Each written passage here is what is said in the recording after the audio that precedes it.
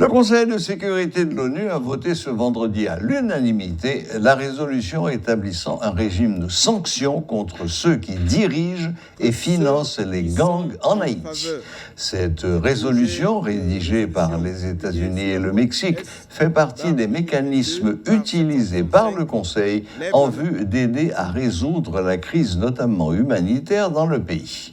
La Chine, qui est prudente quant à l'envoi de troupes en Haïti, a salué le vote. Suivez un extrait du discours d'Antonio Rodrigue, représentant d'Haïti à l'ONU.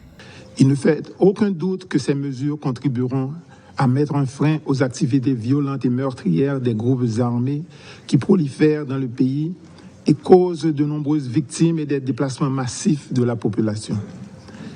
Elles envoient un message politique fort, dissuasif, à même de faire changer le comportement des acteurs qui opèrent sur le terrain.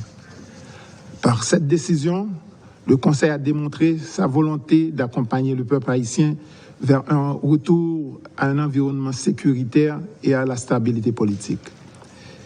Il manifeste la volonté de la communauté internationale de jouer son rôle dans la résolution de cette grave crise multidimensionnelle à laquelle le pays fait face, de montrer au peuple haïtien qu'il n'est pas seul, que ses cris de détresse ont été entendus. Monsieur le Président, il s'agit certes d'un pas dans la bonne direction. Il faut cependant continuer sur cette lancée pour un résultat durable.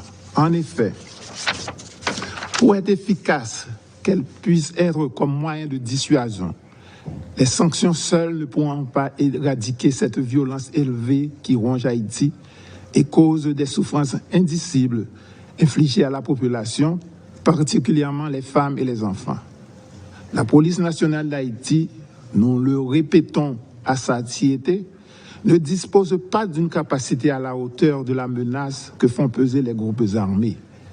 Le secrétaire général, dans son rapport S/2022/761, en date du 13 octobre 2022, a bien reconnu que, je cite, « l'amélioration des capacités de la police nationale ne suffira pas à elle seule à susciter les changements en profondeur dont Haïti a besoin pour remédier durablement à la crise sécuritaire multidimensionnelle. » Dans ce sens, la requête du gouvernement haïtien pour un appui robuste sous la forme d'une force spécialisée qui viendrait en aide à la police nationale d'Haïti mérite une considération attentive de la part des membres du Conseil.